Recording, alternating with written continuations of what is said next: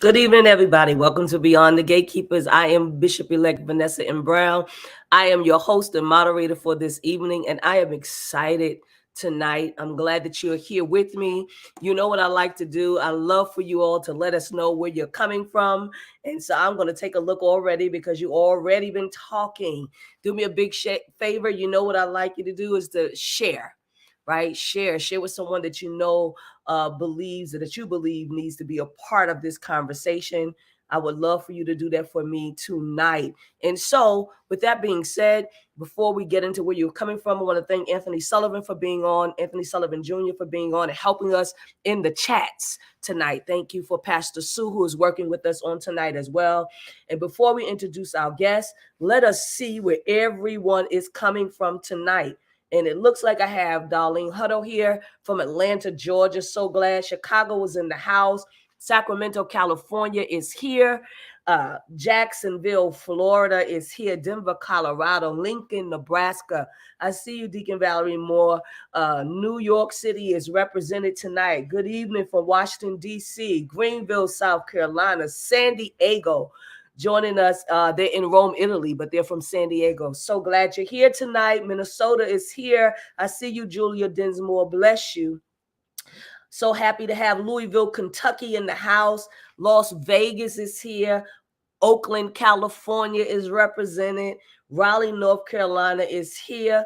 I see you, Pastor Victor Agee. Thank you for joining us. New Jersey is here. Bobby Boast is in the house watching. We're so happy. Richmond, California is here. God bless you tonight. I see all of the faces tonight. So glad. I'm looking for you to tell me where you from. Yep, come on, shout it out, y'all. Let us know, let us know, let us know where you're from. We are here tonight with you. We are happy that you're here tonight with us, joining in on this conversation. Memphis, Tennessee is here. Florence, South Carolina is here. Columbus, Ohio is here. Charlotte is here. Paris, California is here. Stockton, California is here.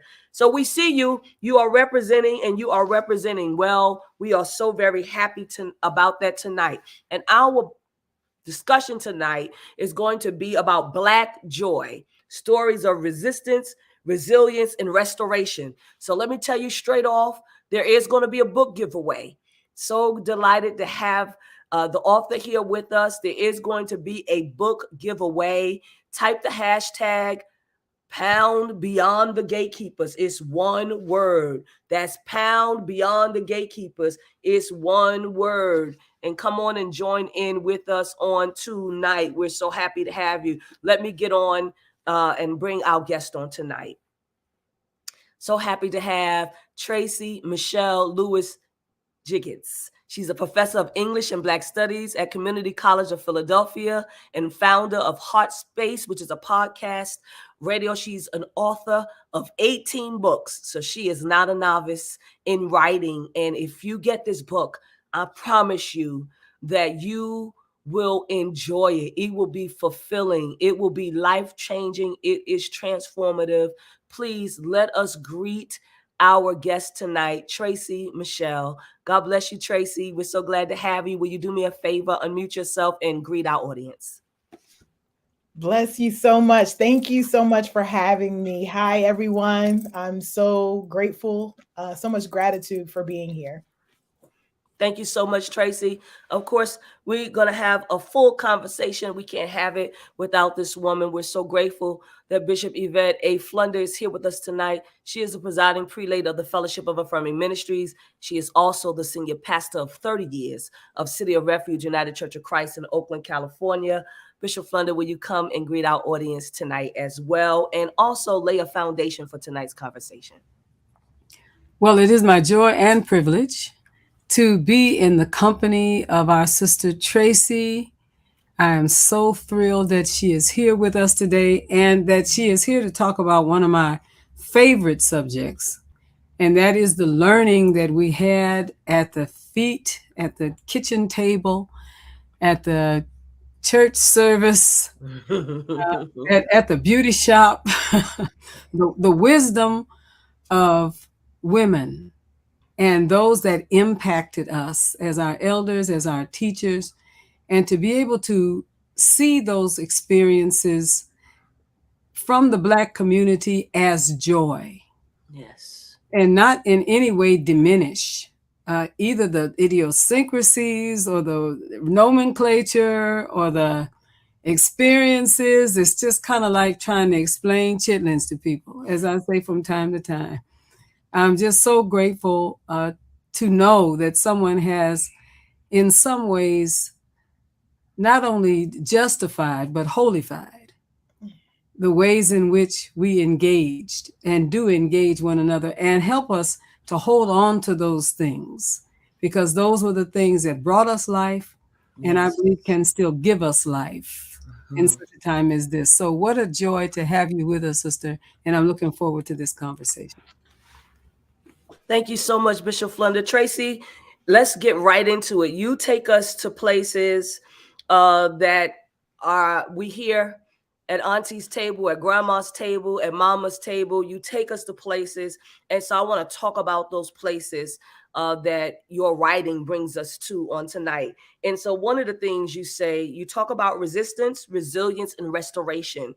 You said, as resistance, a path to liberation paved in wholeness. And then you give us affirmations. Those affirmations, you say, breathe deeply, love freely and with abandon, stand flat-footed in your truth, wrestle with injustice and win, return to your body. Tell us about that first chapter. Tell us about, well, not really chapters because they're essays. It's a collection of essays, but tell us about what you were thinking, because I know you wrote this book in the pandemic. So talk about that for us. Yes. When I was thinking about like the placement of these stories, it was important for me to think about the movements, right? And like the way that Black joy shows up for us. And so resistance is that very first way. We hear it a lot, right? Black joy as resistance, but like what does that really mean? What kind of weight does that hold? And so for me, my introduction to even writing this book or joy, Black joy as a concept began with my Mhm. own joy journey. I was experiencing grief Did you and get it was swallowing me whole. And I sat in a therapist's office and the therapist asked me, Tracey, what does joy feel like in your body?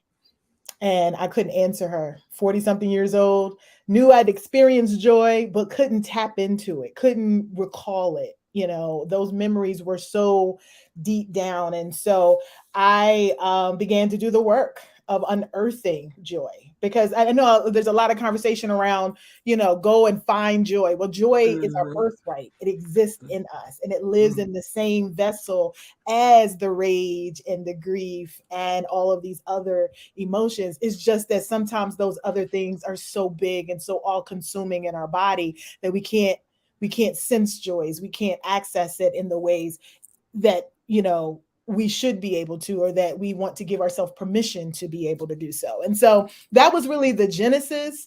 After doing that work, I wrote a piece called Black Joy as Resistance for the Washington Post, which kind of took off. And I realized that this was something that our folk, had been wrestling with it all along, had been talking about all along.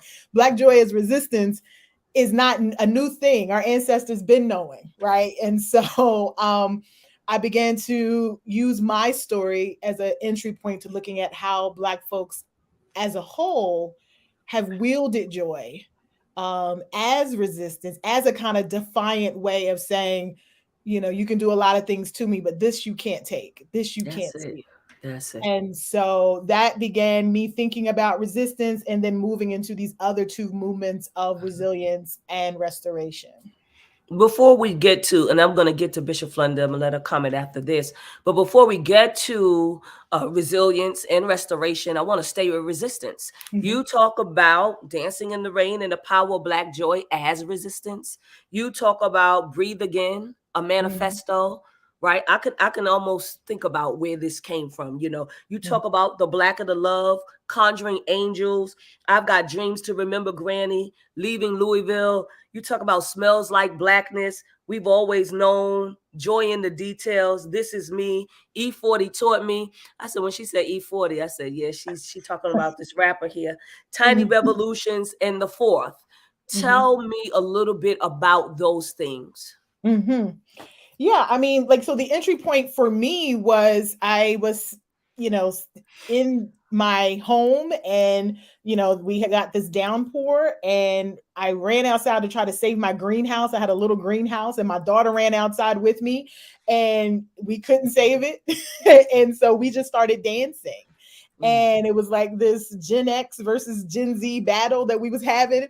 And I was acutely aware in that moment of the joy that I was experiencing, but also the neighbors around me who might not have connected to our joy, might not have appreciated the demonstration of joy that was happening. And there's that duality that many of us as Black folks carry, right? This awareness that our joy is not received. And so I began to write about that, and that led me to unpack all of the ways that joy has shown itself in my life, because now I'm paying attention. And here's the thing, here's what I needed to do, and that's where all of those essays come from, is I had to go back and talk to 8-year-old Tracey and 15-year-old Tracey and 27-year-old Tracey and all of these versions of myself, because I could have easily written this from my lens, today's lens, with all the things that I know and all the books I've read. But in order for me to tap into what joy was for me in that particular moment, I had to visualize and have a conversation with that part of me. And so talking about my ancestors, talking about my grandmother and all the ways in which she was able to wield joy as resistance in the face of depression and anxiety in the face of a lot of the things that, you know, in her greatest generation, you know, standpoint would have held her back. She was she was the ultimate reinventor, right? She taught me how to reinvent myself because she knew how to do that. And so I would go back into and mine my memories of all of these moments. You talked about the kitchen table conversations and the salon conversations and all these moments where joy, you know, especially through Black women, showed up for me. And I began to tell those stories and then use those stories as a way to like widen the scope. Because I don't pretend like my life is the blueprint for Black joy. We're not monolithic people. There's a myriad of ways, you know, that joy shows up. And so I wanted to look at all of those ways as much as I possibly can and the nuances of it, right? Resistance. One of the things that I noticed in the summer of 2020 while I was writing this is there was a lot of protest and there was outrage, there's righteous anger, confrontation. But when I'd watch the protests, I'd also see people laughing and dancing and singing. There was a couple in Philly, they got married in the middle of the protest, right? And so there was this idea that our joy could stand therefore against what was coming at us. And I was like, oh, okay, so that's what that is. And that's what our ancestors knew. And that's what grandmama knew when she'd rock back and forth, you know, at the church and she was moving that stuff from the week out of her body. That's what auntie knew at the juke joint the night before, you know, like all of those things were resistance. It was defiance. It was, yes, I'm going to hold on to this more than anything. Bishop Flunder, I know you're ready to swoop down, drop down into this conversation. Yes, ma'am. Come on. My whole soul has been made glad. I want to preface my statement tonight by also wishing our brother friend and our brother Bishop, Bishop Carlton Pearson, happy and joyous 70th birthday. Just in the last few days, he pulled on in the 70. He's beat me to it. And I wanted to let him know from all the Gatekeepers family how much we love you and how much we respect you. And happy 70th. You did it. And you have almost said goodbye to everybody that hated you. Who would have thought? Who would have thought? I am not wishing them dead, but I am thanking God that you're alive. God bless you, Bishop. Let me share just a few of the things that came up for me listening to my sister Tracey tonight. One of the things that I pick up in her writings, and I want very much to lift up, is the importance of not ceasing to diminish our full selves and not bringing just part of ourselves to the party or part of ourselves to work or part of ourselves to church or part of ourselves to the beauty shop. I love that concept. But we bring our full selves, our entire full selves, everywhere we go, and then require the atmosphere to catch up with it. Because sometimes the atmosphere, I like the way she writes it essentially and suggests that the atmosphere essentially will never catch up if we don't bring our full selves.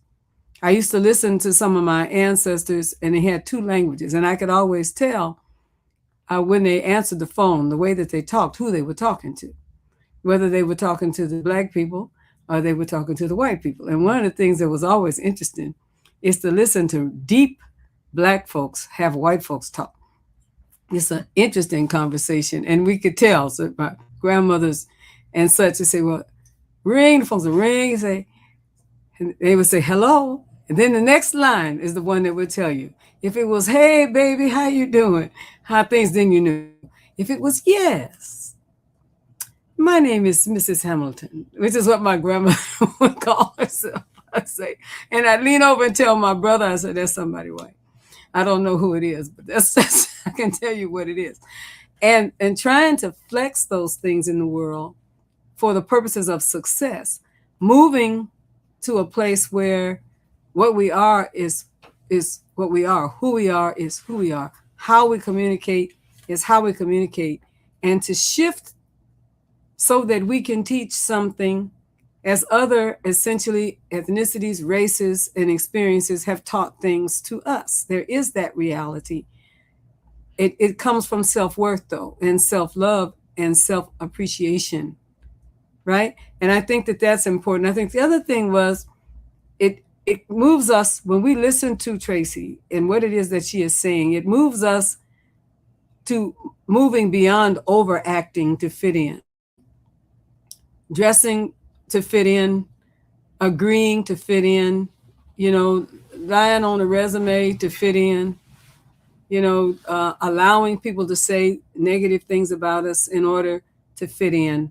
I think that's important. And then there's just one other thing that came up for me when the first time that I went to East Africa. In fact, the first time I went to South Africa and I saw some of the Zulu people and such. And the first thing that my American Black self said, who, by the way, is a goodly portion of me that is Scottish and Irish. We had our Texas set of slaveholders in the family that I was born from. And I have some of that in my bloodline. The first thing that got my attention when I got off the plane is how phenomenally built these women were, especially posteriorly.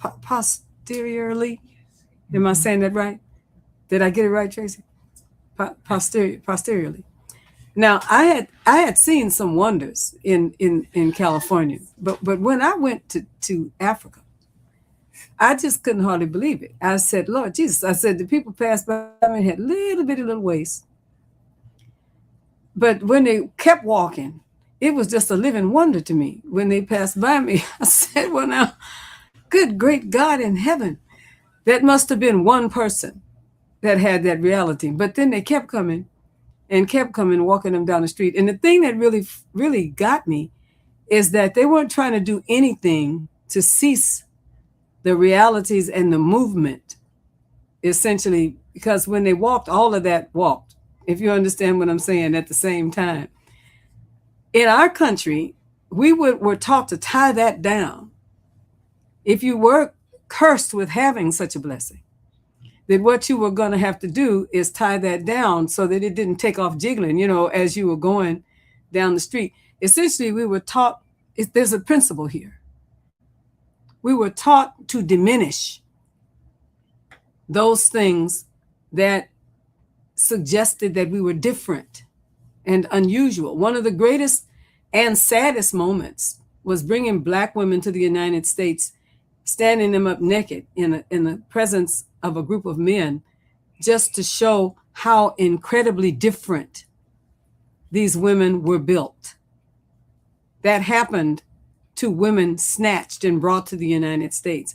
And the beauty of what I saw when I was in South Africa the first time is that when they just brought it, that's the best way for me to say it. They brought it like they were so grateful to God to be numbered among the specially endowed, and how pleased they were with the gift.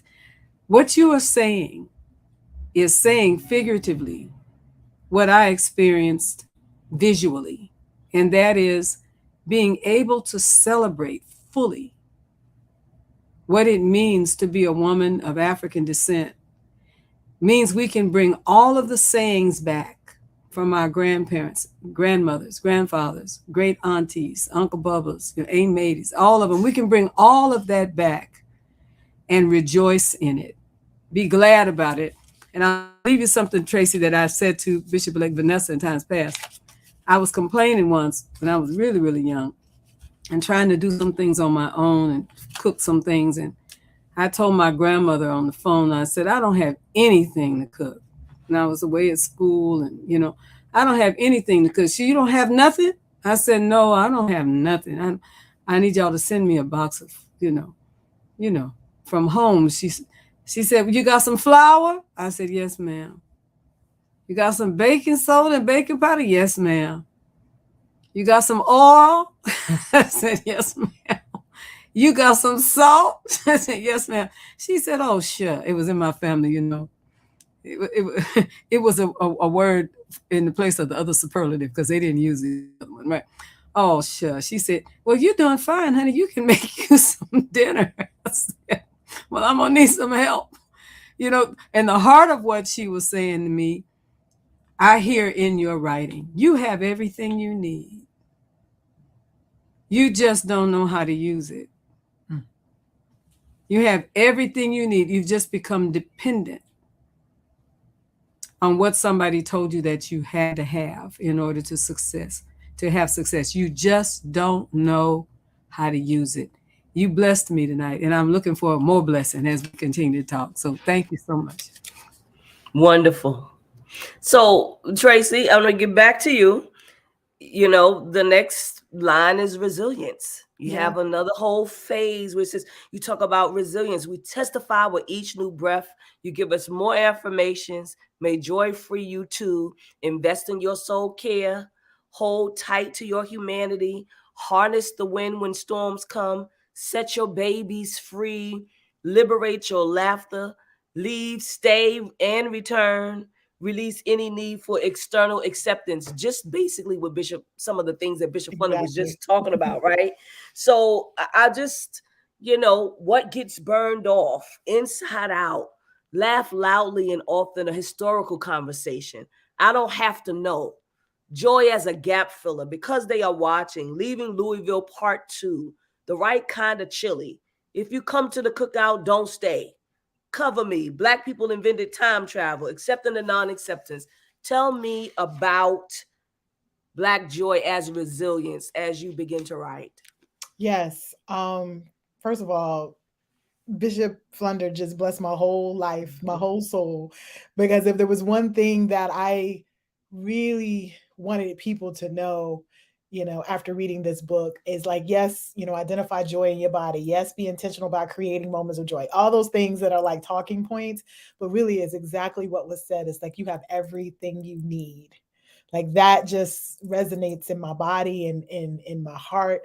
So thank you for that. When I think about this movement of resilience, I feel like these next two movements are even more important than resistance. And I only say that resistance is necessary. Black joy as resistance is necessary. But I feel like sometimes that, let's just take me dancing with my daughter in the rain. The challenge with my joy being a form of resistance is that sometimes we put so much emphasis on the thing that we're resisting and not the experience that we're having, right? So the gaze, as Toni Morrison says, becomes more important because we're trying to be strategic, right? We're being intentional. And I get that and it's necessary. But I feel like whether we solve our issues around race and racial injustice and racial violence and all those kinds of things, we still have to heal. And the route, the path to healing really comes through our ability to be resilient. And Black folk are some of the most resilient people on the planet. And what I like to say is like, we're alchemists. So all of that stuff that resisting, all the pain that comes from it, all the righteous rage and anger that exists in our bodies, we have been able to transform it.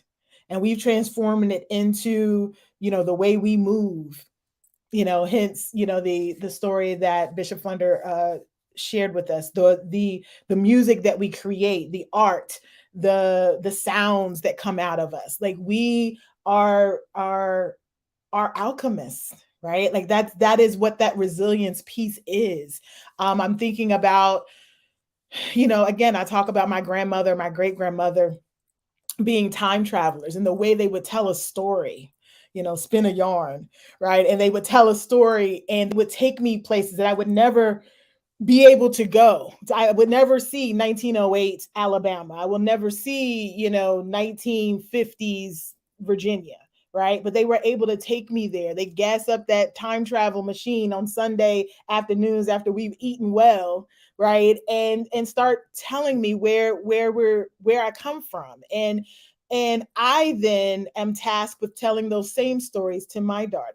And so the power of story, the power of resilience, is something that we've always known, but then also I feel like it's something that our ancestors are telling us to go on and continue to do and to continue to create and reinvent. If you just think about like every major musical genre that Americans claim is born from our pain, right? The gospel, the blues, the jazz, the rock and roll, the hip hop, all of it is born from us, and then it's us transforming these experiences and putting them in the music. I'm the plantation hand games, right? Like, from a distance it looks like frivolity, it looks like games, like what are you doing? But we understood that it was intimacy, it was touch, it was sound and rhythm and all of these things that brought us joy. And so resilience is really about transforming the pain, transforming those other big things that live in our bodies into joy, into peace, into love, the way that into self-compassion, into collective compassion, like all of those things. That's the movement. I felt like we got to go from resistance to resilience and then to restoration. Thank you. Two things to our audience tonight. I want to let you know we're giving away a book, and all you have to do is type hashtag Beyond the Gatekeepers if you want to win a book on tonight. The other thing is, if you have questions, you're going to put the word question before you write the question, put the word question so we can identify it, right? So we appreciate that. And and I'm going to go to Bishop Flunder, but when you talk about resistance and resilience, the first person that came to my mind was Judge Ketanji Brown Jackson. My God. Right? Yes. 3 days already being grilled, because that's what's happening. And today, by far, in my opinion, was probably the worst day. But she is standing her ground, and she is showing us Black joy. She is showing us resistance, and she's showing us resilience at the same time, right? Because they're like a lot of pot shots being taken and standing up in front of a bunch of white people, trying to explain yourself, and you more educated than most of the people talking to you, right? That's a lot to have to endure. But we're watching her do this as an example, and I think that, her ancestors are right with her too, supporting her. So I just wanted to say that. Bishop Flunder? Absolutely. There's something that we learned as Black people. I was having a reflection in my mind about one of my daughters, my spiritual daughters, is with me tonight, Ristina, Deacon Ristina, and Bishop-elect Vanessa knows her. And Ristina and her spouse and several other of the children that are close by me, we were together for the holidays. And we were having a ball in my mother's living room, right? And it was a point at which we must have had at least 4 or 5 full conversations happening at the same time. And I mean, everybody was talking to somebody else. I just need you to understand what I'm saying. We were in the same room, and we were loud. And sometimes it was a conversation going on with somebody that was mid the room, and they had to have the conversation with beyond 2 other people that were standing in front of them. So imagine maybe, 4 groups of 5 groups of folks talking, and you're not even right up next to the person that you're talking to, but you've chosen somebody to have a conversation. So the whole room was loud because you had to talk loud to be heard by the person that you were trying to talk to. Now, I'm trying to imagine how that would fit in some of the other environments that I've been in my life that would have said, could you at least sit close to the person that you're talking to so you don't have to holler beyond my conversation to get to the person but it was so organically typical of a good beauty shop, you know what I'm saying, or a good choir rehearsal, or you know what I mean, or a good lunch kind of thing, and talking down the table over top of somebody else to talk to them. And I wondered, it said we all talking, and we got through. We were almost hoarse because it was a lot of work to get it done, but it was the way that it's done. And it would sound like a lot of mumble jumble, but the everybody talking at the same time and still hearing each other carries a lot of weight in a lot of ways. And I imagine that our next Supreme Court person is a person who knows how to see her way through jibber jabber, because she's experienced jibber jabber in her own life experience. We know something about that from our family conversations when they first hit the door. I wanted to say about LaShawn Pace today, our sister that passed away just a few days ago, and being a part of the Hawkins family, the singing group, and the Hawkins singers. And Sean used to come to almost everything that we had. And if she ever brought those sisters, you just would have to understand what that really was, that they all talked at the same time. They had, they would get on the transportation, whatever it was, always with something to eat. They brought something to eat. And sometimes it was like a tin pan with some biscuits and some bacon or something like that. Two things they were going to do. They were going to eat. I don't care what we got in. And they were going to talk. And everybody would talk at the same time. What is that thing? What does that mean in our community? I think what it means is that we know what it is to manage counter language. We know what it is to hear people saying something, but at the same time know what they mean.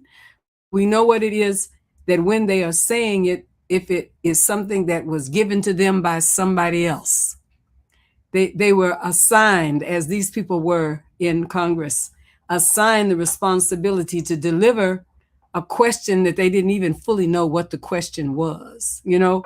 So we know what it's like to be in the midst of all kind of voices and still hear. I had a spiritual moment there for a minute. And still hear what we need to hear in order to respond properly. I think that you're right about who will be the next person on the Supreme Court, in my opinion, and what it is that she's going to. What do I need to hear? What do I need? What is the message to me? And what is the message that is wrapped up in a bunch of crap that is just so you can say you said it? You know it's not going to fly, but you can say that you said it. Can I hear the voice that needs to be coming to me, the question that needs to be coming to me? And can I hear the answer that I need to get? Only if I'm able, essentially, to define what is the message beyond the jibber jabber that needs to come to me. That's the gift, I believe, of people who have had for a long time to decipher and to create a whole language. And I know what this means, a whole language that only the appointed hearer will be able to interpret. So it was Nikki Giovanni.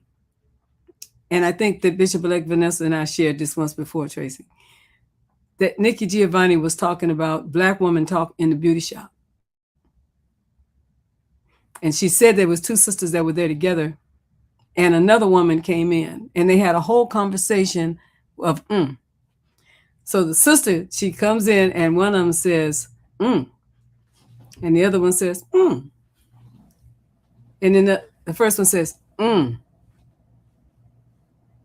then the second one says, And the first one says, That's a whole conversation. Wait, and the last line was, And the whole conversation was, I said, so there's something to be said about what it is that you all have lifted up. While the folks are throwing one thing at the sister, she knows from her training and the way she was raised how to interpret the underbelly, the sound underneath what they seem to be saying, because that was what her ancestors taught her. That is like, that is so good.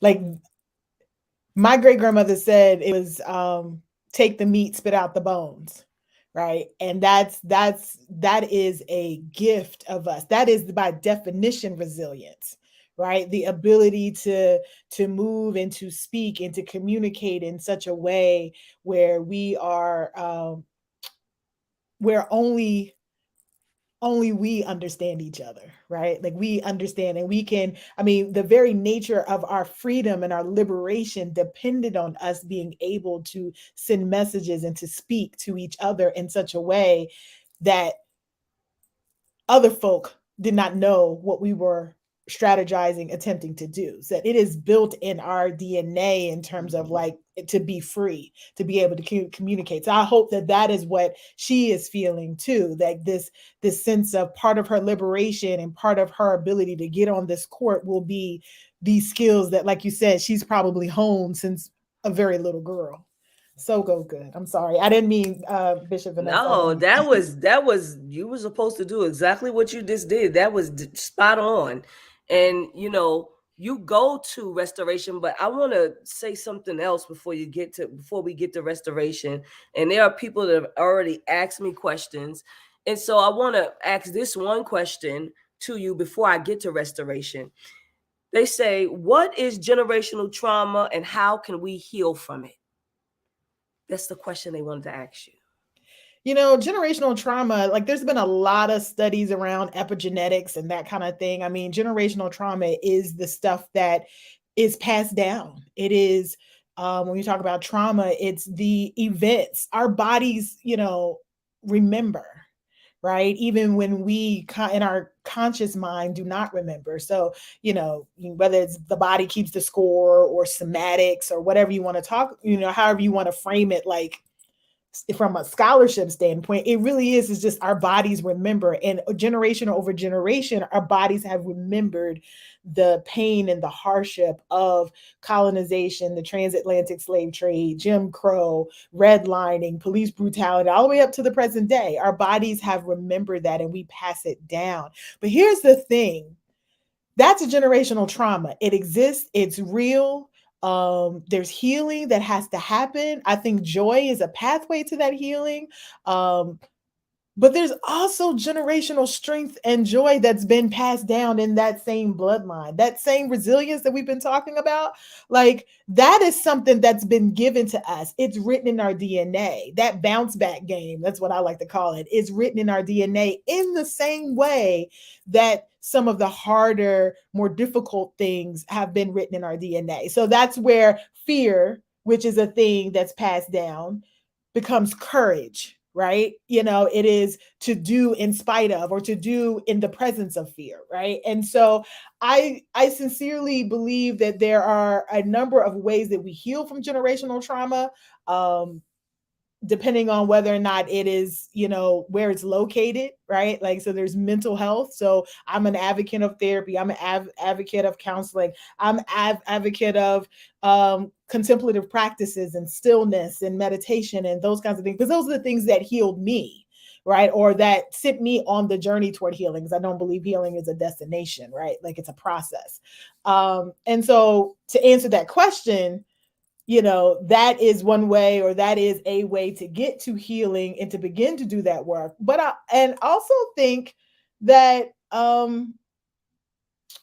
soul care, self-care, that's a beautiful thing, but community care matters. And so I think that part of healing comes from community, right? And how we care for each other. So I talk about self-compassion as the mechanism or the way that we expand ourselves individually to make room for joy. But I also think that because it's contagious, because we can pass that joy along to each other, I think that community care is another way that we get to the healing. But we cannot forget that it's not just trauma that we've been given, that it is also, this glorious resilience, this glorious joy, right, in the face of everything that we've also been given. I think that's a great answer. It made me think while you were talking, when I was coming up in the church, and I don't remember who wrote this song, but we all sang it. This joy that I have, the world didn't give it to me. The world The didn't world give can't it, take it away. and the world can't take it away. I don't know who wrote that song, but they Amen. actually knew exactly what they were talking about. They Yeah. actually lived through something, whoever wrote it, or they watched somebody in their life live through something, and every time something tried to kill them, they saw that person rise back up again with joy, and probably more joy than what they had before. So like, this is what you're But that's talking about. Black joy, right? That's Black joy. Black joy is you Without can kill question. me, you can kill this body, you That's can't it. kill this. You can't take this. Because even if Yep. you kill my body, it's already in the bloodline. I'm already That's giving it to, Bishop Flunder. I'm happy. I'm happy clapping my hands. Hold on.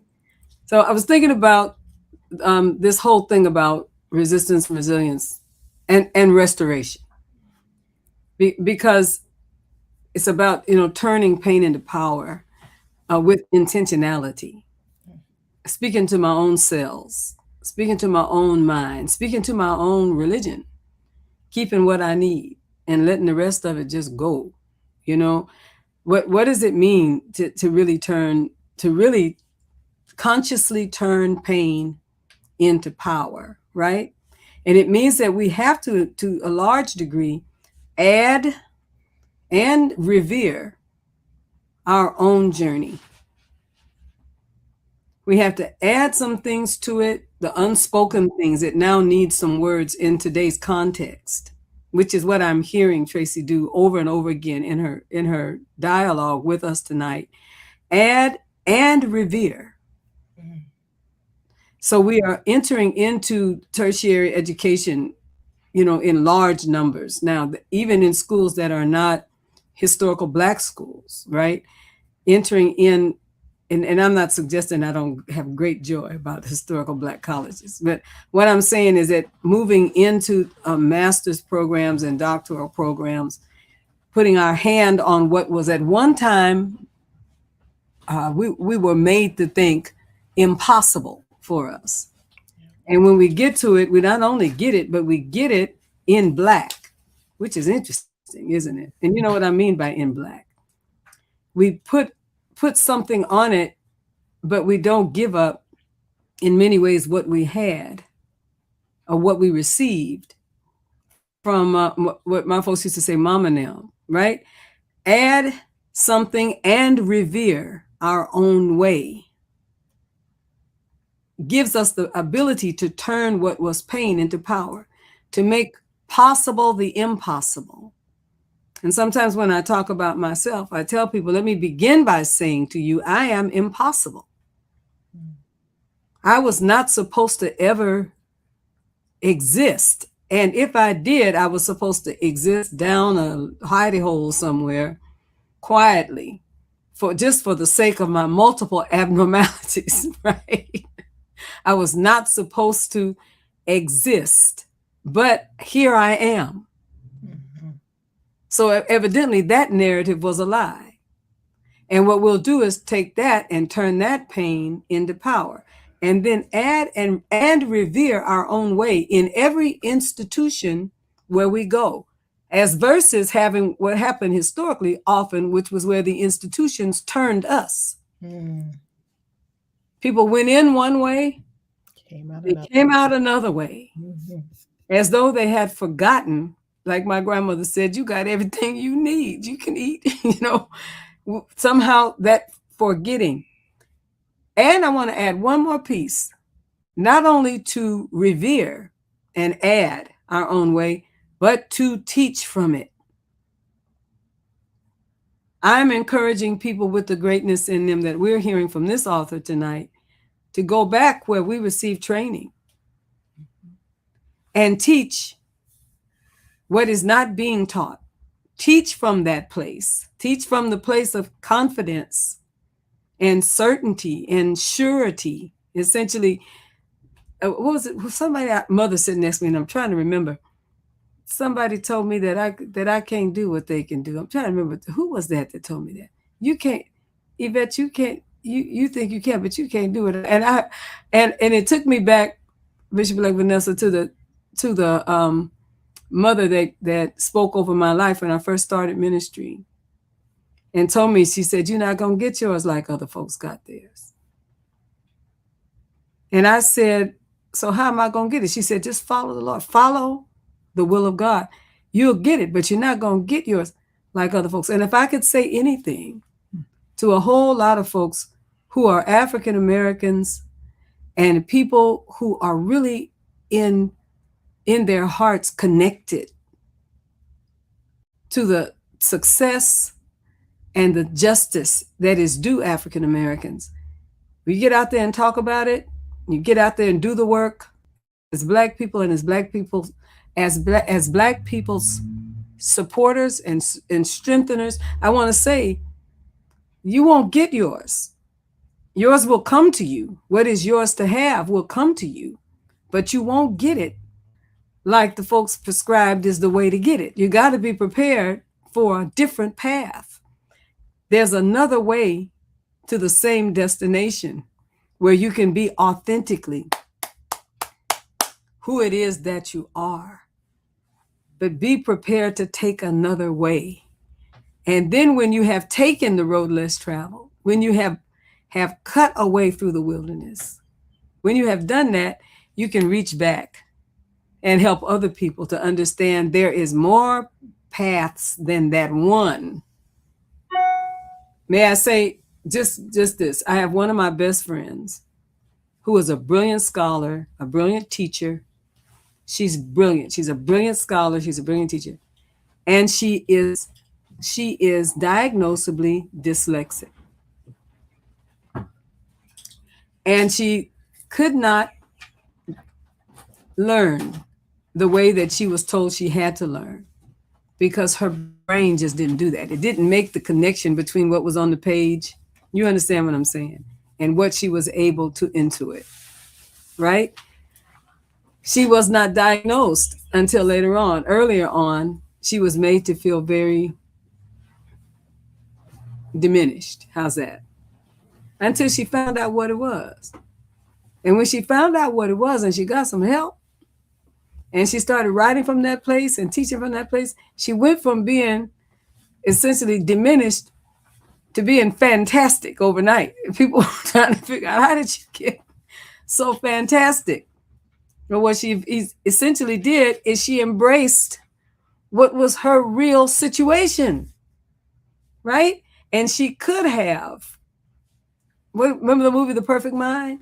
She could have decided that she couldn't be all that she believed herself to be. What Tracey is teaching us tonight, and what this book, and please get it, please make sure you get it. What this book is teaching us is to celebrate our otherness and then to use that otherness to teach people what essentially we can teach out of the experience of our ancestors, right? And that we are not diminished by it. We just go about it differently.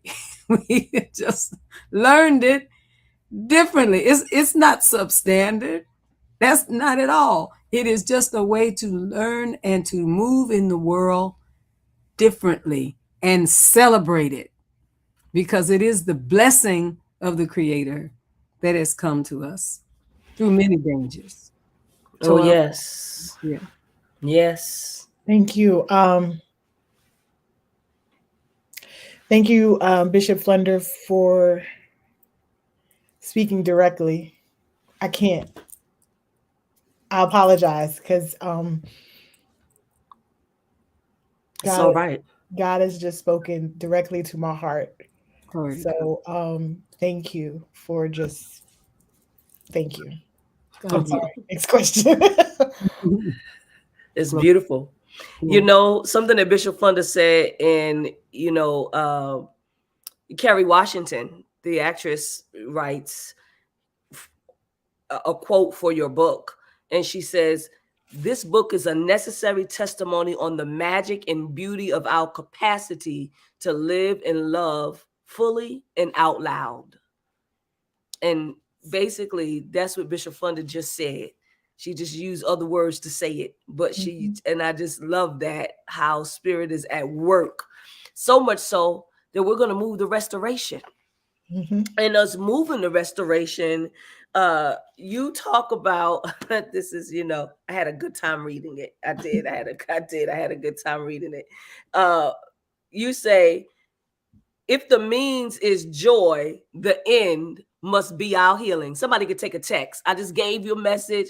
Go on and preach, walk with it, go with it. If the means is joy, the end must be our healing. Somebody can take that.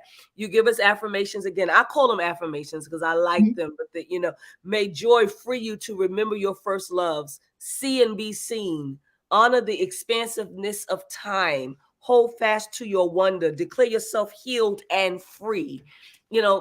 Bishop Flunder was just saying, speak over yourself. Speak over your own life. Say the things that you believe that should be manifested in your life. Call them forward because you have the power. You have the ability. It's in you, right? And you talk about you. That's how you start the restoration chapter. You talk about you. Then you say, someday it might snow in April. The healing power of Prince. That's my boy. You talk about born to wash cars. This is my story. This is my song. Do you love what you feel? Come on. That's my song. Every time I saw something, I said, she better go ahead. To be seen, one way healing comes. Joy with no strings, the privilege of wonder, time and intention, what freedom looks like on her. Tell me about that particular chapter and what brought you to that. I feel like restoration is probably the most important movement out of all of them, because as it said, like, the end must be our healing. Like, that has to be I don't like to use the goal language, but that has to be the process. That has to be what we're attempting, right? And a lot of that comes from, like, once we've wielded our joy as resistance, and once we've recognized the resilience that's inherent in us, then what? Like, what is it all for? And I honestly feel like it is for our healing. And I believe in, like, a transgenerational healing, a healing that happens in us, that then happens for them, our ancestors, and then also happens for the generations that come after us. And that there is something, it's not a linear thing, right? And so all of those essays in that particular section are about the ways that I've been able to wield joy or identify joy for my healing, for my restoration, for me to return to or embrace my wholeness, right? And so I think sometimes a lot of the language for Black folks is around brokenness and around, we are not, we're somehow inferior or less than, or, we're on this scale of the scale that somebody else put together for us, or this portion of the spectrum.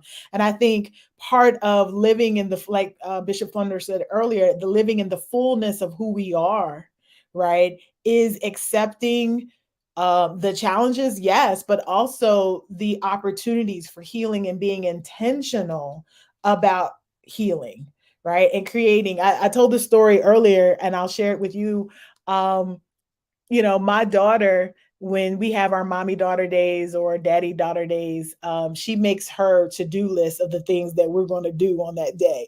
And she will we're going to make waffles, and we're going to go to the park, and we're going to watch this movie and Kanto or whatever it is she's into now. And she has this list, and she still has to do chores. She still has to do her homework. Those things aren't off the table. She knows that, but she prioritizes the things that give her joy. She writes her list of the joy, despite knowing that she still has other things that she has to do. And when I thought about that and I was writing about that, I said, wow, it's like, what if I did that? What if I wrote in my joy? How would I heal? How would I be a little bit further along that healing journey by simply being intentional and writing in my joy? And, it doesn't have to be some massive, I'm going to Costa Rica for the weekend. Like it can literally be, you know what, I'm about to sing Beyonce in a car as loud as I possibly can at the top of my lungs, you know, as I'm dropping this baby girl off at school, right? Like it could be something, whatever it is, whatever you've already identified that brings you joy, that creates all that, you know, dopamine, adrenaline that happens in our bodies in response to pleasure. How can you write that into your day? Because yes, you still got to go to work. Yes, you got to clean the kitchen and pick up the kids and do all the things that you may have to do. But why is that the priority on your list? Why is it joy a priority? And so I really wanted in this movement to talk about the ways that I've either, you know, observed how joy showed up in the past and how I healed from it, or how I've been really intentional going forward. That last chapter, what does healing look like on her, was really me standing firm in the truth of my wholeness. You know, I wrestle with in my life feeling worthy. I would say, you know, to be transparent, even up until this book was released on February 1st, there was this idea of, am I worthy? You know, and I had connected my value as a Black woman, as a person, to stuff outside of me. And Right. let me just say, as a point of clarity, this is her 18th book, not her first.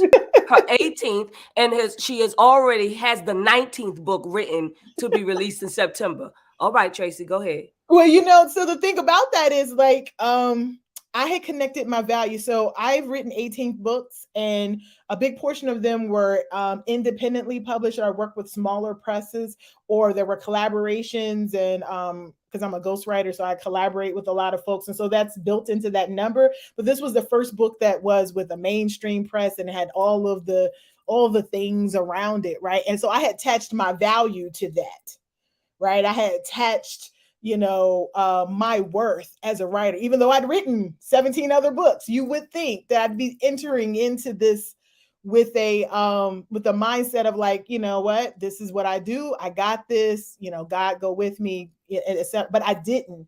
And I had to unravel and unpack that thing. And so part of the healing process was me being very intentional on a daily basis. And so I'll say this, some of what Bishop Flunder just spoke to a while ago was like hitting that, right? Like it was hitting right there in our heart, some of the stuff that had come up for me.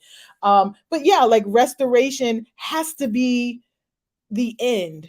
Whether we solve the issue of white supremacy, whether we, you know, it suddenly goes away, and whether, you know, we have 5 Black women on the Supreme Court, you know, or not, whether or not we have our first Latinx president, whether or not that stuff happens or not, we have to individually and collectively be on that journey to healing. And so that's what I was trying to get to in that movement. Beautiful. Bishop Flunder?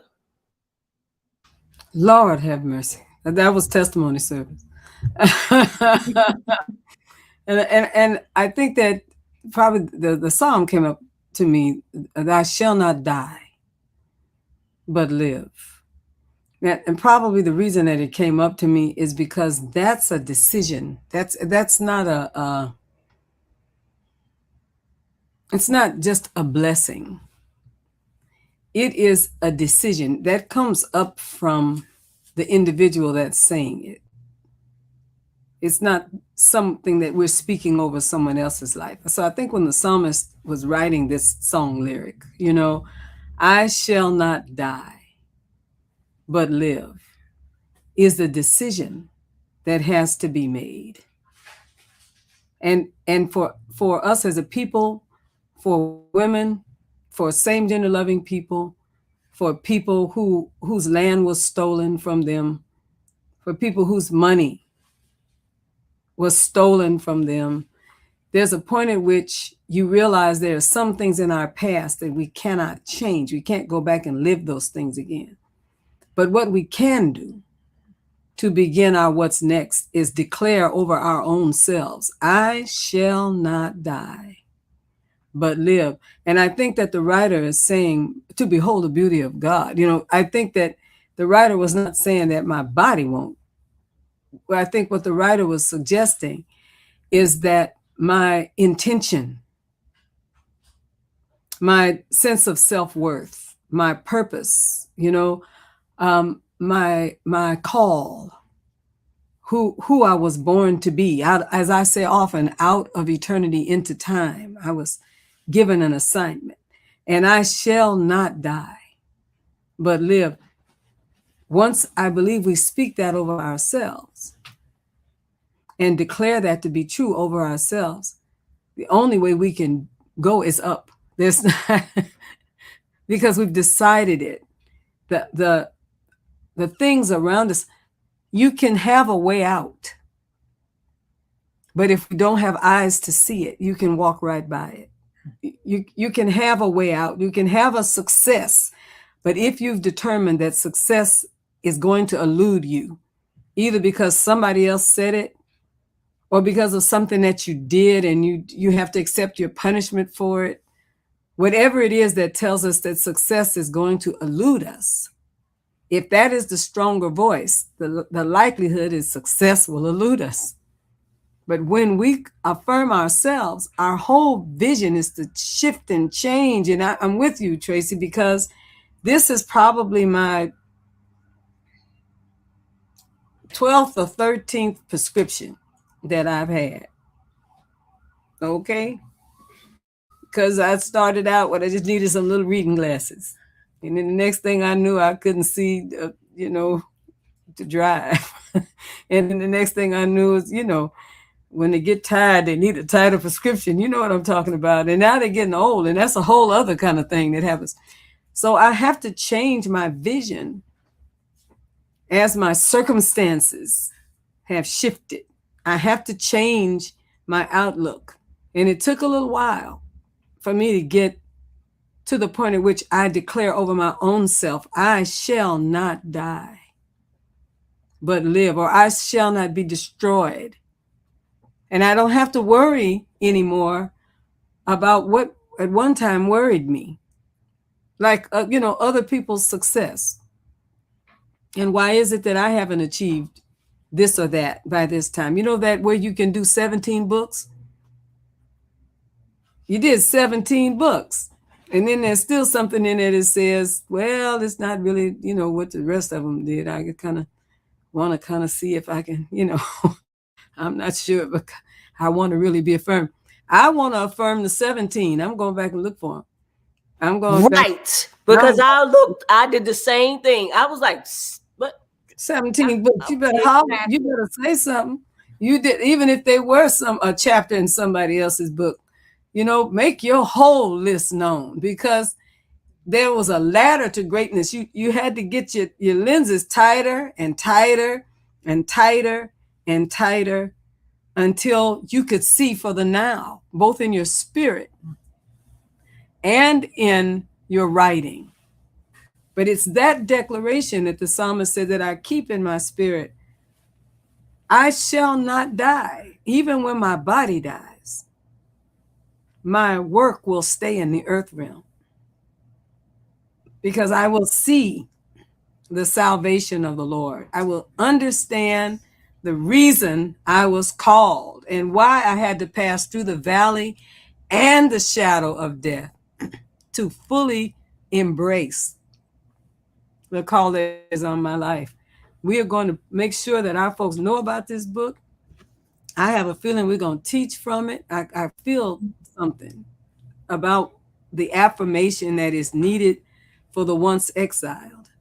I believe that what we can do, Bishop-elect Vanessa, is pull this one in and try to see what Tracey's doing in July. Okay. I think it may be a good time to talk to people who are digging their way out. Yeah, this is a great book to have in our conference after this pandemic. And no, we're not over it, but we're coming up out of it. And so to hear Black joy, Stories of resistance, resilience. This is it. It's appropriate for the time. So I will email you resurrection about time. that, Tracy. Yeah, Yes, absolutely. indeed. I receive it all. I receive Yeah. it. This is It's blessing. time. And we got to take a playbook from Michae'l. That's the baby name, right? Yes, that's We what's got to up. take a playbook from Michae'l. She writing her joy in. Come Some on of us in. adults need to start writing our joy in on a Yes. daily basis. Like, Declare it over your life. start talking Hallelujah. about what it is you're gonna do that day. You ain't gotta do it Yes. for the week. What you doing that day? Exactly. You know, Exactly. that's good. Yes, God. That's Hallelujah. good. That's good. Before I let you go, we have one more question, and then we're gonna go do some announcements, and we're going to raffle off the book. And so, someone from YouTube is watching, and they say, "In graduating from old joy to new joy, oh my God, how would one hold on to the elementary joy and still enjoy it while experiencing the new joy?" That's an amazing question. I don't think that the old joy goes anywhere. I think, we just make room in our bodies and in our spirits for more joy, right? And we learn more ways to be joyful, right? And so I feel like, the old joys of I almost feel like sometimes we have to return to the old joys. Like when I think about the way my route to healing, it went through sitting on the swing with my daughter, remembering how much fun I used to have at 10 years old, swinging, and returning to the old joys in order to identify what the new joys would be coming in the future. So I don't know if it's a very good question. I'm going to be thinking about that because I don't think we get rid of the old joys. I think we build upon it, right? And it is part of us. It becomes a part of who we are. And then as we grow, as we evolve, then there's more joy, opportunities for joy, right? Because sometimes, and for some of us, tapping into the old joy is the only thing we have, right? Because we can't see any joy in our present circumstances. So in order for us to have any joy, we have to reach back and grab some of that old joy. And then by grabbing that old joy, that gets our spirits and our bodies moving so that we can then receive new joy, right? And I think that would be my initial answer to that question. I'm gonna be pondering that for a good minute. I think a part of it is also, you can use that old joy to tell great stories. Bishop Flunder is a great storyteller.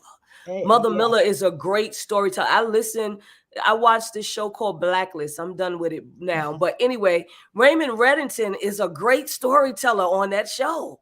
Like, to recall the experiences of something, or to have some kind of knowledge about something that brings you joy. You can use those things in life. Like, they don't get old because you did that back in 1956. Right. You know what I'm saying? Somebody can actually use something from that joy experience that you had in a story that you tell to help move their life forward. So don't forget about the old joy. The old That's joy. that time traveling I'm talking about. That's that time traveling you're talking about, right? Yeah. How our mothers and our grandparents can tell a story, and have some laughter to it, right? It brought them joy, but it's also going to bring you something in this life right here, where you are right now, whatever experience you might go through.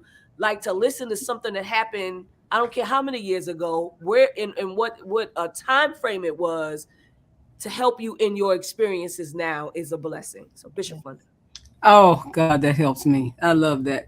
I think about it because that there are a lot of people that feel like when you pass through certain levels of academia, let's put it that way, that you're supposed to lose your shout and your dance. And I told him, I said,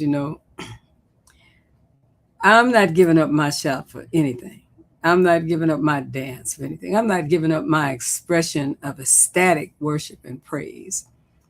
And I learned that in the place that exiled me. It's the truth.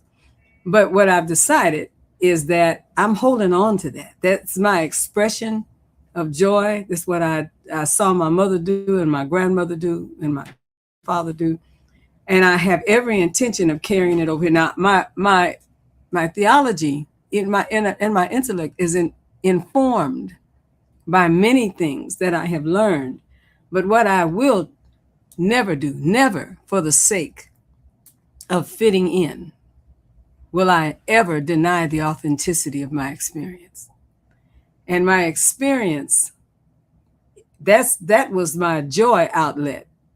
And right now, a good B3 organ and people clapping on the 2 and the 4, my suggestion is that you make room for me in the aisle, because I have every intention of taking the current Yvette and teaching her what the old Yvette knows about a good dance in the worship experience. Okay. And whatever the expression is that any of us have that at one point brought us joy, find the treasure that is in that and hold on to the treasure. Throw away the condemnation and the hatred and the self-loathing and all that. Let that go. But find the treasure. Remember the songs that blessed you, the hymns that got you over. And you may have to switch the word a little bit here and there because your theology perhaps has awakened to something else. But don't let your current self steal from you the things that blessed your soul. If your soul, I think that is what our teacher is teaching us tonight. If your soul cries out and your soul is blessed and your internal self is blessed with psalms, hymns, and spiritual songs, whatever they are, and the 2 and the 4, don't forget the 2 and the 4. If that is the case, go ahead and do that and be that and encourage other people. No matter what their experiences have been, no matter what they came up from, no matter what, where is the joy in it? Where is the value? Where is the gem? Don't lose your gem. Even if the ring setting, you don't like it anymore, don't lose the gem. Hold on to the gem and allow it to be the blessing that you need in this experience. That is what our teacher, I believe, is saying to us. Be blessed by it. Hallelujah. Hallelujah. And that's it. Okay, here I go, Vanessa. It's for that through many dangers, toils, and snares. That's ours. I have already come. 'Twas grace that brought me safe thus far. That's mine to keep. And grace will lead me home. That's for my sister Tracey. That's for my sister Tracey, who spoke all the way into my spirit tonight. Hold on to it. Hallelujah. Hold on to it and teach from that place. And God will continue to set people like me and others free. God bless you for being with us tonight. God bless you. Thank you. Thank you so much.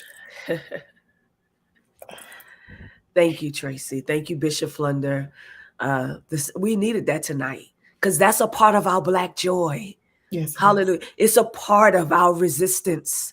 It's a part of our resilience. It's a part of our restoration to be able to sing that song and other songs. That's a part of who we are. It's in our DNA. Like no matter what happened today, I can strike out on that hymn. Hallelujah. And it brings me back to a place. It takes me back in my mind. It takes me back in my spirit. It does something in my body. Right. But it helps me to sustain whatever I'm going through right now. But then it brings me forward to the place of restoration. So whatever it is that I was going through, whatever the struggle, whatever the pain, whatever the trauma, whatever it is, we can sing these songs, these hymns, right? And it brings us back to joy.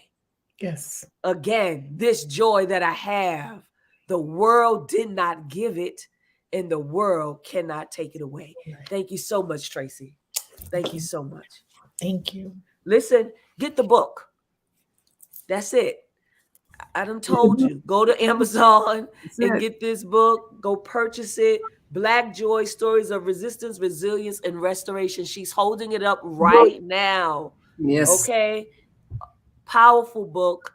Again, if you've been in the midst of this pandemic, as we all have, I want to suggest that you buy it and you buy it for somebody else as a gift, because it is a gift to have.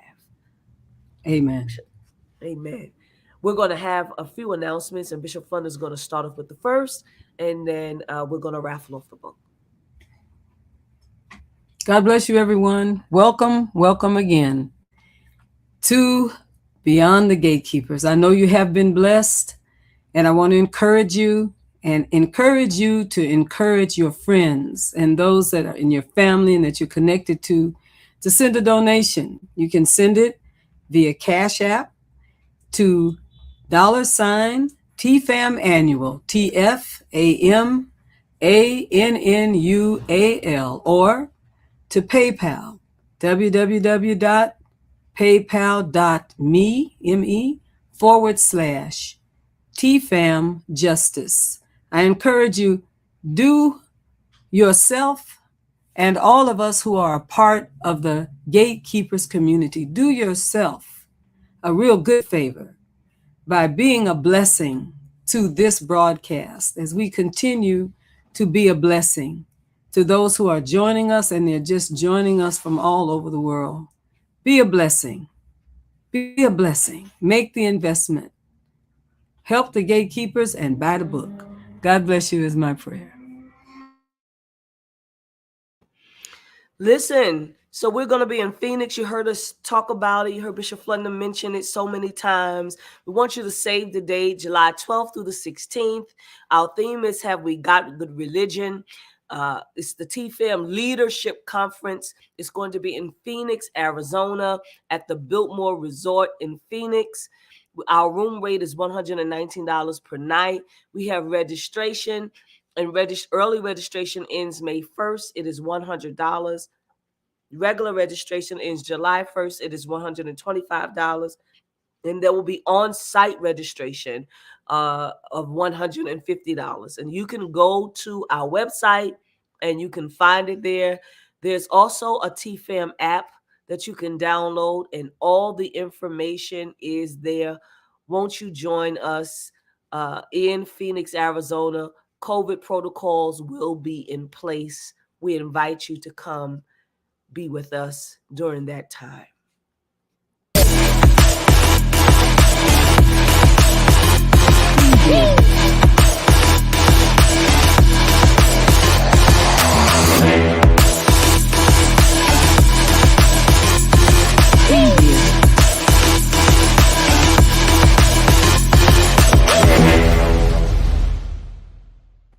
You can also find Beyond the Gatekeepers on Bullet in Flight Radio. We thank Dominic for advertising with us. We appreciate it so much. And we appreciate you also. This same conversation, I believe you can hear it Thursday as well, which is tomorrow. Antonio Mattia, lifestyle realtor, says donate to your church, give to your church while accomplishing your goal of home ownership. And Lifestyle Global Properties will donate 10% of the commission earned from your real estate transaction to your choice of City of Refuge or the Fellowship of Affirming Ministries, TFAM, in your name when you utilize their brokerage to purchase or sell a property, residential or commercial, in California or Georgia. Please look up Lifestyle Global Properties, and the owner is Antonio Mattia. TNT Tuesday Night Talks, RIM Fellowship United Church of Christ, RIM Virtual Experience. Go to www.rimatlanta.org. If you want to listen to TNT Tuesday Night Talks, they are on Tuesday nights at 7:30 p.m. Eastern Standard Time for everyday, real, relevant, Bible-led conversations. You can see it on Zoom or Facebook Live. And you can find RIM on Facebook at RIM Fellowship UCC. You can find RIM on Instagram, and you can find RIM on YouTube at RIM Fellowship UCC. Their senior pastor is Bishop-elect Sonia E. Williams. The Healing Place Apothecary. If you want to purchase skin products, please go to www.thpapothecary.com. That's www.thp, which stands for the Healing Place Apothecary.com. The owner, operator, founder is Nubian Flunder. She is the daughter of our presiding bishop. Please support her business. Sky Michelle Teas and Things, where a kid is the boss. Please support Sky Michelle's Teas and Things. Go to www.skymichelle.com. You can find a collection of t-shirts there. There are some new t-shirts that are rhinestone. She has a dope black collection, a dope black collection, a faith collection, a YA Flunder quote collection, Kara motivational quotes collection, and you can have your t-shirts customized. They can actually say Black Joy, Stories of Resistance, Resilience, and Restoration. Come on. So follow her at Facebook and Instagram at I Am Sky Michelle. Support Black businesses once again. We have Kara Solutions. Focus on your passion. Let Kara handle the rest. The owner, operator, and founder is Susan A. Webley. She does remote productions, video conferencing, admin, and tech support. She does custom branding, show development, training on Zoom, StreamYard, Restream, and more. And let me go back to that custom branding. Promo graphics, overlays, intro, outro videos, presentations, show development. If you got a show, planning, guest engagement, engagement, etc. If you have some information, you need an idea for a live show, you can get a free consultation. You can email her at sue@kara-solutions.com, or you can visit her website if you just want to see. Go to www.kara-solutions.com. Thank you for supporting, again, Black businesses.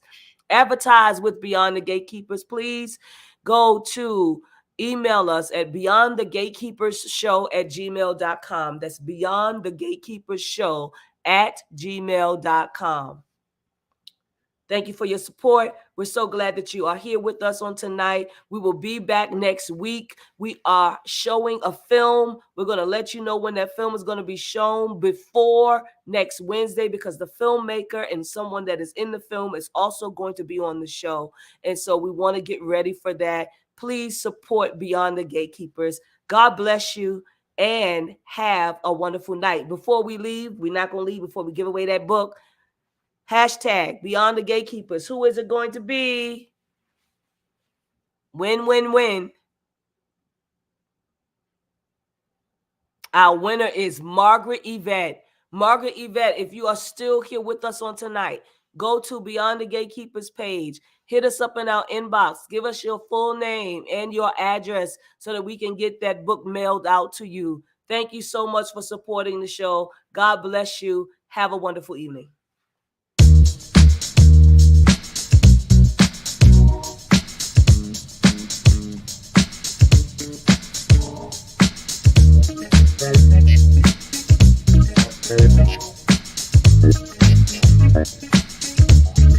Okay.